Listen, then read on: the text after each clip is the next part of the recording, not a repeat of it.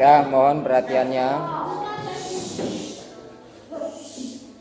Saya ulangi lagi. Assalamualaikum warahmatullahi wabarakatuh. Waalaikumsalam warahmatullahi wabarakatuh. Mudah-mudahan semuanya mendapatkan lindungan darinya. Perlu kalian ketahui bahwa pada saat kalian kelas 7 dulu mungkin belum pernah saya menyampaikan materi kepada kalian. Karena apa? Kelas 7 yang dulu itu adalah khusus anak pondok. 7B kan anak pondok, dan kebetulan saya tidak menyampaikan materi IPS, yang menyampaikan adalah Bu Nikma. Mulai kelas 8, jadi kelas 8 nanti baru saya menyampaikan materi baik 8A, B, C, D, E. Itu saya. Dah, semuanya sudah memiliki buku semua? Belum. Karena kalian belum memiliki buku, silahkan kalian mendengarkan apa yang saya sampaikan yang masih perdana ini. Bahwa materi bab yang pertama ini kita berkaitan membahas interaksi keruangan antar negara ASEAN. Pada saat kalian kelas 7 dulu, materi bab yang pertama itu adalah keruangan. Tolong lainnya diperhatikan.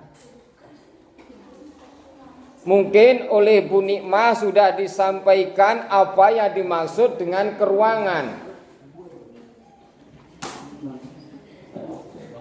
Lupa. Materi kelas 7 bab 1 kita membahas keruangan. Keruangan bangsa Indonesia, bahwa wilayah Indonesia itu berbeda-beda. Berbeda apa? Berbeda wilayahnya. Karena perbedaan wilayahnya, maka mengakibatkan sumber daya alamnya itu juga berbeda-beda. Tolong diperhatikan, ini sangat penting sekali. Ada yang berada di dataran tinggi, ada yang berada di dataran rendah, ada yang berada di pegunungan, ada yang berada di dataran pantai. Lah, setiap daerah karena berbeda-beda inilah mengakibatkan antara wilayah yang satu dengan wilayah yang lainnya ketergantungan. Daerah pantai surplus ikan. Ayo, ingat enggak? Ada enggak? Daerah pantai surplus ikan, dataran rendah itu adalah surplus jumlah padi, jagung. Kemudian dataran tinggi adalah kebanyakan surplus sayuran. Apa yo dataran tinggi sayuran itu dipangan sayuran dok? Tidak. Dia membutuhkan sumber daya alam yang asalnya dari dataran rendah. ASEAN pun juga demikian. Kita itu juga mempunyai sifat ketergantungan dari negara-negara lain, terutama di bidang ekonomi. Contoh, Indonesia mengekspor batu bara ke Filipina. Mengingat Filipina juga termasuk kawasan ASEAN. Karena apa? Kita jual guna mencukupi kebutuhan ekonomi bangsa Indonesia. Nah, ini membicarakan masalah keruangan dulu. Jadi yang dimaksud keruangan itu artinya adalah wilayah yang kita tempati. Itu artinya adalah keruangan. Tanah yang kita injak inilah yang namanya keruangan, yang di dalamnya memiliki sumber daya alam yang bisa mencukupi kebutuhan umat manusia. Bagaimana bisa dipahami apa yang saya sampaikan? Paham poda? Jelas pora? Jelas ya kebacut cah. Kalau kurang jelas juga sangat mudah. Sekarang kita bahas interaksi keruangan antar negara ASEAN. Deskripsi ASEAN. Kalau kalian lihat di dalam LKS kalian, memang kalian belum punya, silahkan kalian melihat bangku saja. ASEAN, Association of South Asian Nation, yang artinya adalah organisasi di kawasan Asia Tenggara.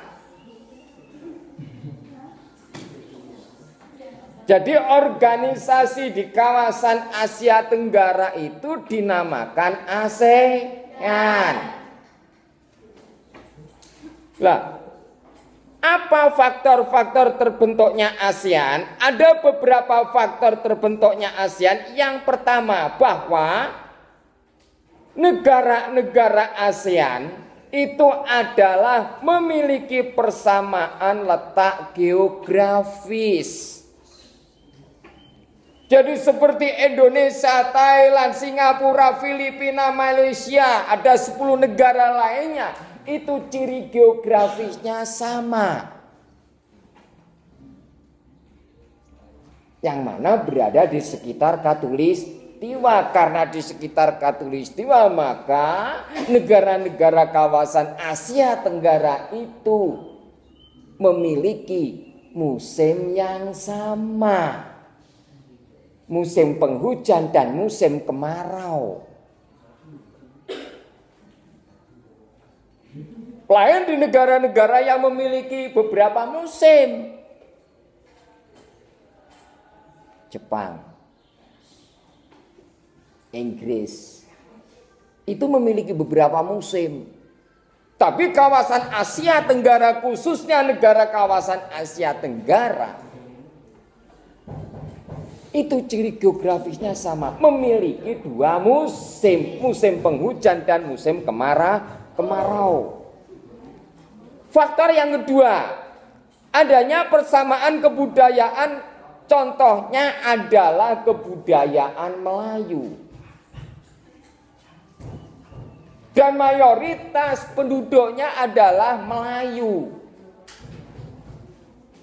Kalian bisa membedakan antara orang Indonesia dengan orang Malaysia.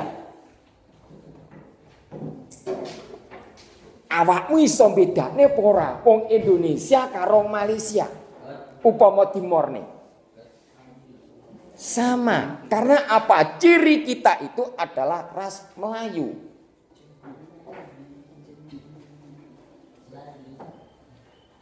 Ras Melayu itu ciri-cirinya diantaranya kulitnya sawo matang. Mata hitam putih. Tidak ada yang bermata biru. Indonesia itu tidak ada. Orang Indonesia itu tidak ada orang yang bermata biru. Tidak ada. Bukan ras Eropa. Kulit sawo matang. Loh, Pak, lek sing wireng ngene nyapa sawo bosok.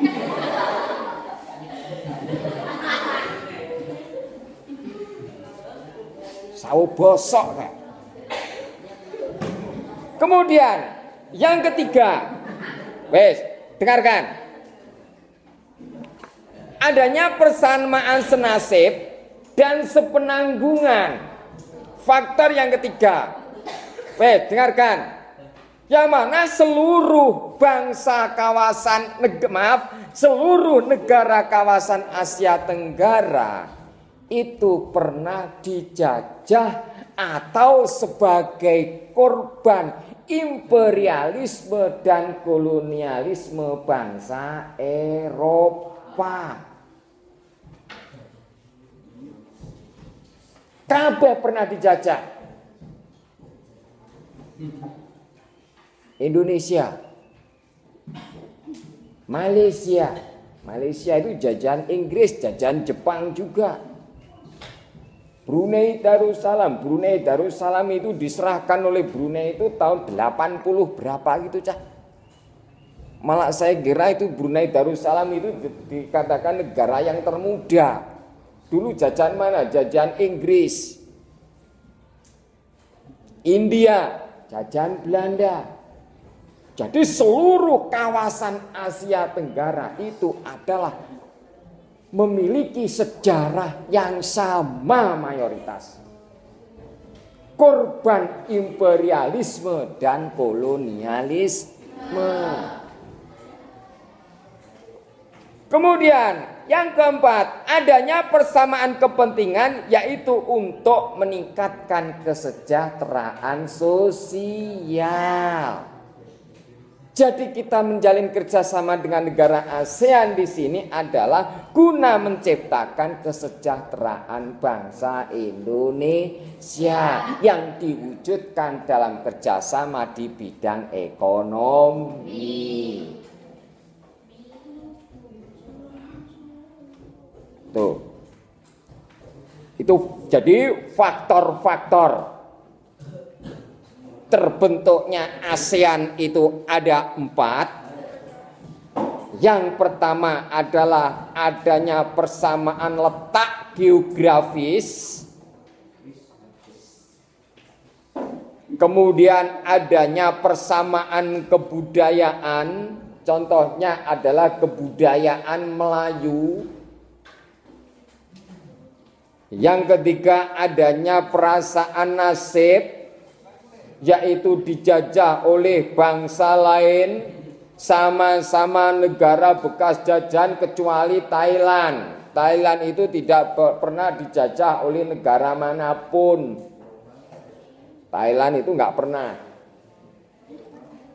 Kemudian yang keempat adanya persamaan kepentingan untuk meningkatkan kesejahteraan sosial. Kemudian organisasi ASEAN itu berdiri pada tanggal 8 Agustus tahun 1967. Aku rong lahir. Pada saat bertemunya orang 5 negarawan,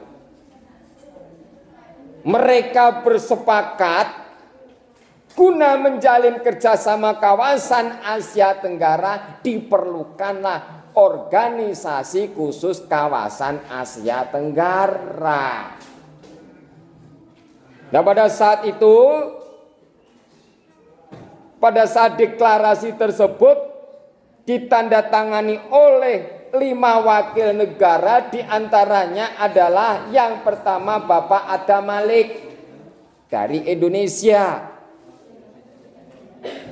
yang kedua Tun Abdul Rozak itu dari Malaysia, yang ketiga Sanat Khoman dari Thailand, yang keempat S. Raja Ratnam dari Singapura, serta yang kelima adalah Narcisco Ramos dari Filipina.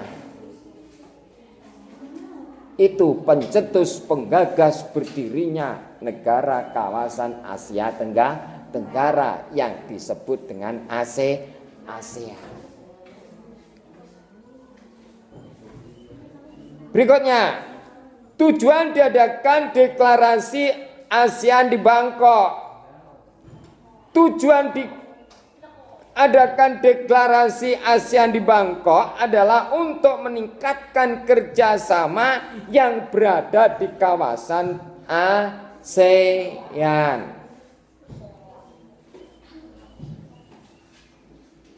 Yang mana di dalam deklarasi tersebut memiliki beberapa prinsip. Yang pertama, saling menghormati kemerdekaan, kedaulatan, kesamaan, integritas wilayah nasional. Jadi Malaysia itu juga mengakui, menghormati kemerdekaan bangsa Indonesia. Kalau saling mengakui, saling menghormati, tidak akan terjadi yang namanya peperangan antar kawasan. Yang kedua, mengakui hak setiap bangsa Indonesia. Saya ulangi, mengakui hak setiap bangsa untuk penghidupan nasional yang bebas dari campur tangan subversif dan konversi pihak luar. Yang ketiga, tidak mencampuri urusan dalam negeri suatu negara. Contoh seperti pemilihan kepala daerah, pemilihan presiden dan wakil presiden. Negara lain tidak boleh ikut campur. Contoh pemilihan umum baru-baru ini, pilihan presiden, pilihan wakil presiden. Apakah negara-negara tetangga kita juga ikut menentukan siapa calon presidennya? Tidak. Berarti kalau negara tetangga ikut menentukan siapa calon presidennya, berarti negara tetangga ikut campur dalam negeri bangsa Indonesia. Jadi kita kerjasama, tapi tidak dalam bidang politik. Tidak boleh kerjasama dalam bidang politik, berarti mencampuri urusan dalam negeri negara lain. Yang keempat, penyelesaian persengketaan pertengkaran itu secara damai. Contoh, seringnya negara-negara tetangga kita itu yang melakukan pelanggaran itu juga diapakan aja? Diselesaikan secara damai. Indonesia karo Malaysia itu sering, tapi juga diselesaikan secara damai, dimusyawarahkan api-api. Kemudian yang kelima, menolak penggunaan kekuatan yang mematikan atau tidak menggunakan ancaman penggunaan kekuatan.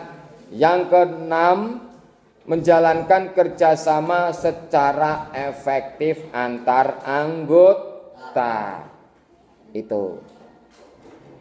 Kemudian lambang perhimpunan negara-negara ASEAN, lambang himpunan negara-negara ASEAN itu bahwa diresmikan penggunaannya pada tanggal Juli tahun 1997. Awal mula jadi padi diikat, padi berwarna kuning diikat jadi satu, semula jumlahnya 5, setelah tahun 1997 itu berjumlah 10. Ada penambahan beberapa negara, diantaranya seperti Brunei Darussalam, Vietnam, Laos, Myanmar, dan Kamboja. Jadi itu. Kemudian, jadi lambang ASEAN yang pertama, ikatan padi, ikatan 10 untai batang padi, itu menggambarkan lambang atau negara anggota. Lingkaran menggambarkan persatuan ASEAN, warna biru menggambarkan perdamaian dan persahabatan, warna dasar merah menggambarkan keberanian dan kedinamisan, warna putih menggambarkan kesucian, warna kuning menggambarkan kemakmuran. Jadi padinya itu berwarna kuning menggambarkan kemakmuran. Parikles rupane kuning itu sudah menunjukkan kemakmuran. Para petani akan mengalami panen. Maka dari itu lambang kemakmuran itu biasanya itu diwujudkan dalam bentuk gambar batang padi. Kemudian yang berikutnya, hak cipta lambang ASEAN dimiliki oleh ASEAN. Kemudian yang berikutnya, bahwa dalam organisasi ASEAN itu memiliki beberapa komite-komite. Yang komite itu dikelompokkan menjadi 2 bidang. Yang pertama yaitu bidang ekonomi, yang kedua adalah bidang non-ekonomi. Bidang ekonomi itu ada 5. Yang pertama adalah Komite Perdagangan dan Pariwisata atau sering disingkat COTT atau KOT,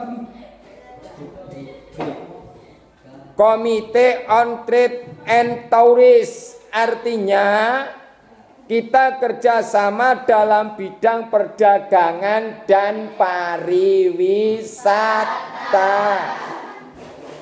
Maka dari itu sekarang kita itu berlomba-lomba, wes dirungokne. Berlomba-lomba istilahnya itu mengiklankan pariwisata di Indonesia. Kabeh ben bodoh kunjung neng Indonesia. Karena apa? Dengan kita dikunjungi dari beberapa negara itu tidak lain hubungannya dengan masukan devisa. Lah, Komite Perdagangan dan Pariwisata ini berkedudukan di Singapura. Yang kedua, Komite Industri Pertambangan dan Energi itu di Filipina. Yang ketiga, Komite Keuangan dan Perbankan itu di Thailand. Komite Pangan Pertanian dan Kehutanan itu berkedudukan di Indonesia. Dan yang kelima, Komite Transportasi dan Komunikasi berkedudukan di Malaysia. Itu adalah komite di bidang ekonomi. Sekarang berikutnya, komite di bidang non-ekonomi. Ada beberapa komite di bidang non-ekonomi, di antaranya Komite Kebudayaan dan Penerangan. Yang kedua, Komite Ilmu Pengetahuan dan Teknologi. Yang ketiga, Komite Pembangunan Sosial. Sekarang, contoh kerjasama di bidang ekonomi diantaranya 1. Menetapkan tarif untuk barang-barang tertentu yang masuk ke suatu negara dengan istilah pajak, cukai. Kemudian mendirikan industri-industri ASEAN, misalkan industri pupuk urea di Aceh. Malaysia juga mendirikan industri abu soda. Maaf, industri abu soda itu di Thailand, tapi kalau industri pupuk itu adalah di Aceh dan Malaysia. Industri mesin vaksin itu adalah di Singapura, serta industri fosfat di Filipina. Itu adalah beberapa hal yang berkaitan dengan secara singkat mengenai ASEAN. Ya. Untuk tugas nanti apabila sudah mendapatkan LKS, silakan kalian menggambar lambang ASEAN. Baik yang pertemuan secara langsung ataupun yang di rumah. Tugasnya adalah cuma menggambar lambang ASEAN di dalam buku kalian.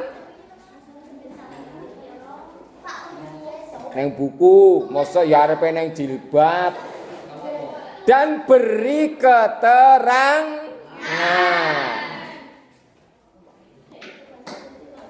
Dah.